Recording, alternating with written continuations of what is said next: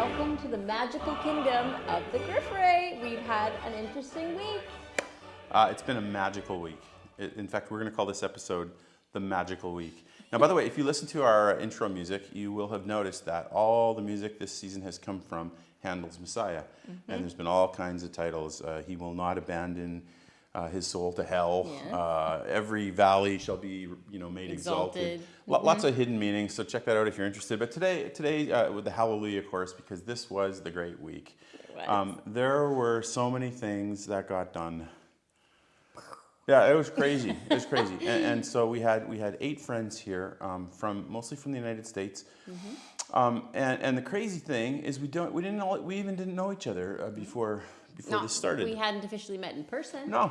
But we'd met online. Yeah, they saw the YouTube channel, or we had connections otherwise, and we started talking, and they wanted to help, and it was just absolutely fantastic. So we're going to talk about each one of them today and what they did.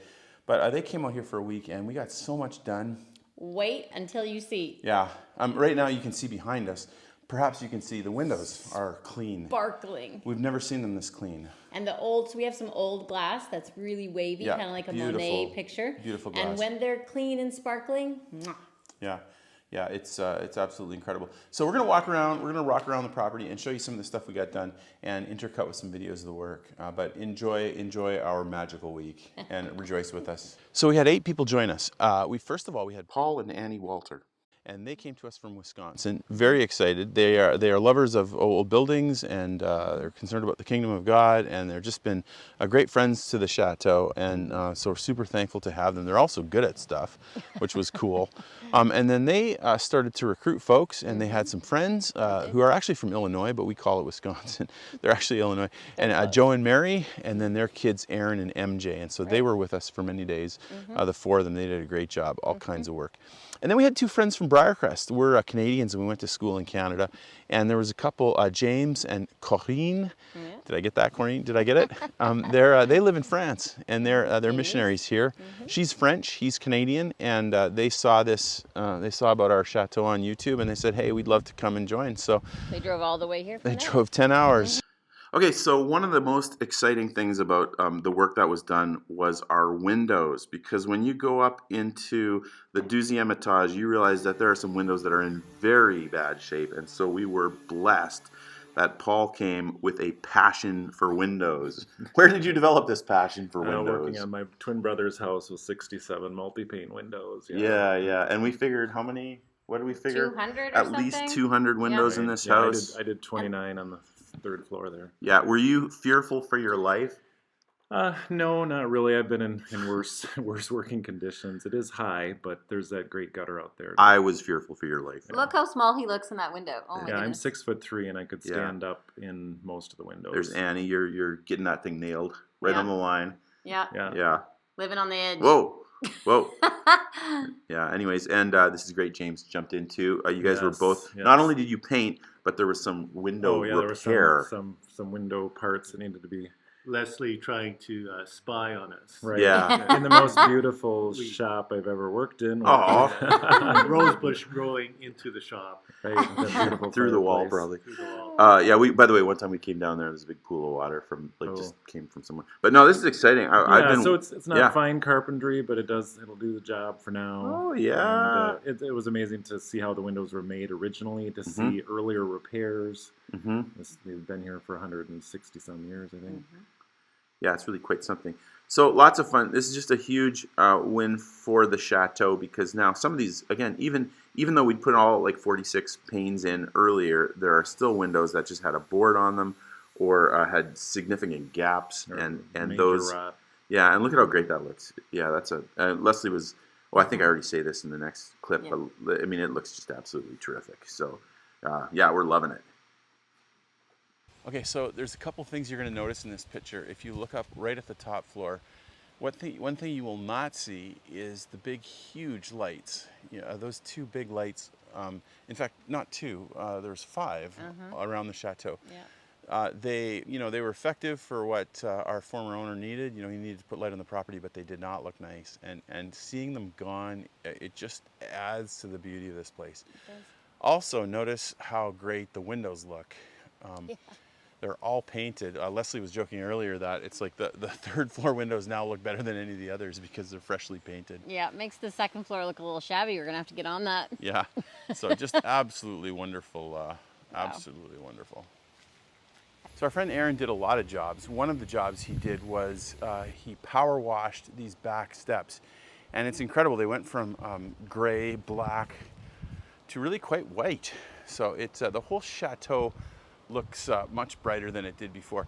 He also spent a considerable amount of time taking out the fence over here. And so that was great. It opens up the yard, makes it feel much more beautiful. So at the base of the chateau, on either side of the terrace, we have these incredible roses. Now we also had, however, a lot of overgrown everything, including matted amounts of carpet of ivy. Now in other places of the world, ivy might be enjoyed, but here I'm afraid it's super invasive and takes over the world. So it would get caught in all of these crevices of the stone staircase and wedge themselves into all these places and then all the way down to the ground and in reverse. So these whole areas, thanks to Corinne and Annie and Mary and who else? MJ? MJ did work. Yes, MJ did work. And yeah, I did work. We definitely have freed many of the corners and plants around the house. And I couldn't be more grateful for the help that everybody did, working so hard, getting us to the point where the walls are free from ivy and no more chances of any of the rocks getting popped out. It was a massive, massive job. Like they worked for 4 or 5 days every day on their hands and knees pulling out stuff. Just an incredible before and afters. Now, it's interesting, I saw on social media, some people were like, oh, I like the ivy. And I'm like, yeah, but the ivy grows into holes. I mean, it comes into the house. It's, you know, it wrecks stuff. It kills plants. So it does. And even though you might miss the green right now, these plants are going to flourish and be very, very beautiful. They will. And I remember living in Saskatchewan, we loved ivy, but we also have winter that kills it. Here, we don't have a winter cold enough that actually kills it. So it's actually super strong and has little feet and legs that grab onto everything. And it really is quite destructive and strangles plants and stones and trees. Yeah, so all in all, just a massive job. And again, it's one of those jobs that we ourselves, Leslie and I, we couldn't have done. Like it takes so much time. It does, and it's exhausting and it's physically. Defeating. Like it doesn't stop, and you just look at the amount of work, and you're just like, I can't do this, and you just want to give up. And so it's just absolutely incredible to have the house free of ivy. Now this has been one of my personal favorite things of this last week. We have so many trees and so many beautiful trees, and many of them are choked with ivy. Like even if you look over here, you know, you can't really tell what's in there. It's just kind of a massive green. And when we started working on the chateau, we couldn't really tell. There's a great tree back there, but we wouldn't even know it. And so all of our beautiful trees were choked. And so the guys, Joe and Aaron and MJ, and of course James. All spent considerable time freeing up these trees. And now it really looks like a park. It's only one area, but it's absolutely beautiful. Yeah, it's amazing. It's, you know, I have often talked about learning the secrets of the garden. And it definitely, the more we sort through different areas, you start seeing what was intended to be planted and what things have grown up and what things are overgrown and all of those things. But now seeing those beautiful trunks of these mammoth tree trunks, it's really, really amazing. Yeah, and this is great too, Joe, and also Aaron. Aaron took out that whole fence. You remember there was a fence that went across there, and it made the yard look really quite small. It also made mowing extremely difficult because the edging would take forever, and so he took that out. It makes the whole yard bigger. And then Joe went across with the chainsaw, and you can now see 4 trees there, where before they were completely choked. So the green was out maybe 15 feet farther. Yeah. Than here, yeah. And just again, absolutely beautiful. The trees have a chance now. We don't want these beautiful ancient trees to get choked out and die. Not to mention, inside, when we came over here in April, I noticed that there were several rhododendron bushes blooming beautifully amongst the jungle behind these trees. And I know that he's gone in there and freed up some of those that have had unwanted other trees growing inside them. So I can't wait to see how they're going to do next spring now that they're starting to have a little extra space. It'll be wonderful. Like, there's so many parts of this yard that need to be freed, but it's great to be starting on a couple of them. Okay, another project that Joe and Aaron took on was freeing up the stables. Now, if you've seen pictures before, you knew that they were totally crowded with weeds, and there were also small trees growing up and choking them. And so they took it all down, and now we'll get the wood chipper going, and we'll get rid of those piles. But this is just wonderful, including this massive and beautiful oak tree.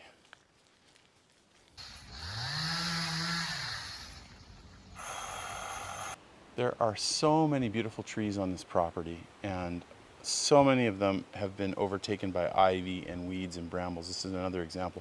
We haven't got to this one yet, but this is what it makes us so thankful for the trees we were able to clear, and there's more to go, so that will be wonderful. We're also super thankful for Annie, who did a ton of work this week. First of all, she was our cook for the week. We had some incredible meals. We were very spoiled. Super fancy, like really fancy. I'll show you some pictures. But the meals were like, wow, you pay a lot of money for these meals.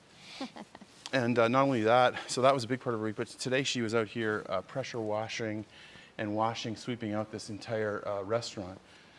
Of course, we haven't used it very much yet, but at some point we will, and so it's important to keep it in good shape. And she worked long and hard with the pressure washer and with brooms. It was full of weeds and yeah. dirt and grime and moss and slippery algae. It just makes you really want to use it now. Okay, so another one of the jobs we did this week was the bathroom, the basement bathroom. Tell us about it, Les. So remember a few videos ago we had talked about doing like the gardener's suite, and this was going to be the bathroom. So we took another little look down here. Remember we had the really pretty tile, the blue and the white, and it was super cute, and I was kind of hoping to keep it. I think we are going to keep it. We had two lovely ladies down here, Corinne and Annie, and both scrubbed their little hearts out. And now look at that. Now we're ready for Bing to get a bath, thank goodness. They polished up the shower, they washed the walls, they washed the windows. You should have seen the cobwebs and the spiders in this window.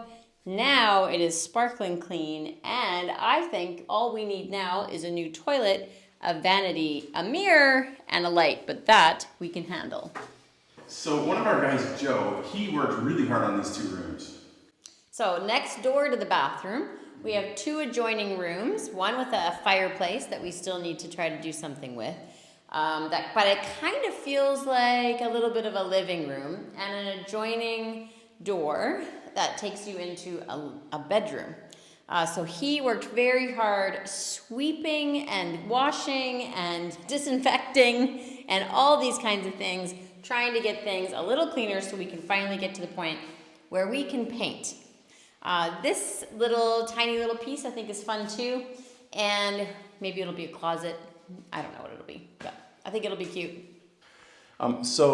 These two bedrooms are really important for us, and they have a lot of potential because, as you know, we have a lot of students that are coming with us, and we rarely have room for a lot of staff. And so we've been kind of thinking, it'd be possible to put maybe a couple of college students in here, and could come work with us for a few months and do things like work on the garden and work in the kitchen. And if there's a bathroom and if these rooms are clean, they'd be livable. And even though this room is a basement, there are some advantages to this room. For one thing, it'd be a lot warmer during the winter. So even potentially, and Leslie doesn't like this idea, but I think we could potentially even stay here sometimes in the winter when it's so cold. Much easier to warm. What do you think, Bess? We'll find out and see. Yeah, she doesn't like that idea. We did, with our Patreon funds, by the way, thank you again, we bought a pressure washer. And I also, while Aaron did the back steps, I did the front steps. And it's rained a bit today, so they're not super white, but my goodness, what a difference. In fact, I took a little time-lapse footage for you to enjoy. Okay, here we go. So a little time-lapse. It didn't go as long as I want, but it gives you a little bit of a glimpse. There's actually videos where people just watch people pressure washing because it's so rewarding. But here it is. It's amazing how this stuff came off. Especially on the top, it's kind of more of a concrete. I'm sure they redid it at some point. The steps were a little harder. The stone was bad. Like there was mold. There was lots of debris that we got off. So definitely cleaner. Not perfect, but a huge improvement. This is also super exciting. For quite a long time, our front gate has had these 2 ticket booths. And by the time we got the property, it was down to 1 ticket booth. but it was off-center, it was asymmetrical, and it was a remnant from when the property was a amusement park, and it made total sense, but it's not beautiful as a chateau. And so now, with it gone, you know, all 10 of us moved it. Yeah. We have some great footage, which we have actually a whole video of us moving it, but I'll just show a quick clip of us moving it. It was quite the job. It was a huge job. We never would have gotten it done without these guys. And it makes the property even more beautiful, especially from the road. Now, not everybody has a go-kart track in their backyard, but we have the privilege of such a thing. However, it does need swept, and grass clippings get on it, and it is a good chunk of work, and MJ did it up for us. Yeah. There is a whole paved walking path throughout the back section of the grounds, and it will be wonderful for people who might be coming to be able to enjoy that. So there was just so many things we got done. Here James is trimming off the doors, I think 7 or 8 doors that were always rubbing, and we shaved the bottom off them, so now all the doors open. Fantastic. Some good surprises, some bad. Here was a bad surprise. Water was running in after the pressure washing, and Leslie saw a drip downstairs, and so it turns out inside the front door, it's not looking real stable. In fact, you can see through part of that to the basement. So we're going to need to get that figured out and fixed, or at least raised up so that it's level. But not all the surprises were bad. There were some good surprises. As they were cleaning, they came upon, in one room, a stack of tiles which we had not seen, including the incredibly coveted baseboard and chair rail pieces for the first bathroom we want to redo. And this was, you know, we're trying to expand the shower, and so this was a wonderful discovery. There are times when we live here that we're working in the yard, and you look up and you see this and you go, this is crazy, because this house is amazing and I can't believe we're here. So we ended this week super thankful. We're amazed at what can be accomplished by many hands and many feet all coming together and working together to create one purpose. And I have to say, the redemption of all the different things that have been broken and dirty and a mess and tangled, all of these things have come right, and we couldn't have done it without the extra help that we've had here this week. Yeah, it was wonderful. You know, when we got the call from these guys at the start asking if we'd like them to come out, I had to think about it because I'm kind of a loan shark personally, and I like my space, and there's a lot of people coming in, and so I wasn't sure what I thought. Obviously, there's value in people getting involved and people working hard on stuff. But what I didn't realize, I realized that there would be, if we were lucky, they would do some good work, and they did. We really scored. They did some incredible stuff. But what I didn't realize is that they gave us something unexpected, and that was hope. Sometimes when you're working on an incredibly difficult task, and it's just, the work is monumental, it's all over the place, and you almost want to give up. It's almost paralyzing, and you're just like, we can't even do it, and so you almost stop trying. And we worked really hard this summer to try to get everything going. We had a great summer with the students, but I was about ready to start phoning it in, and I was getting tired.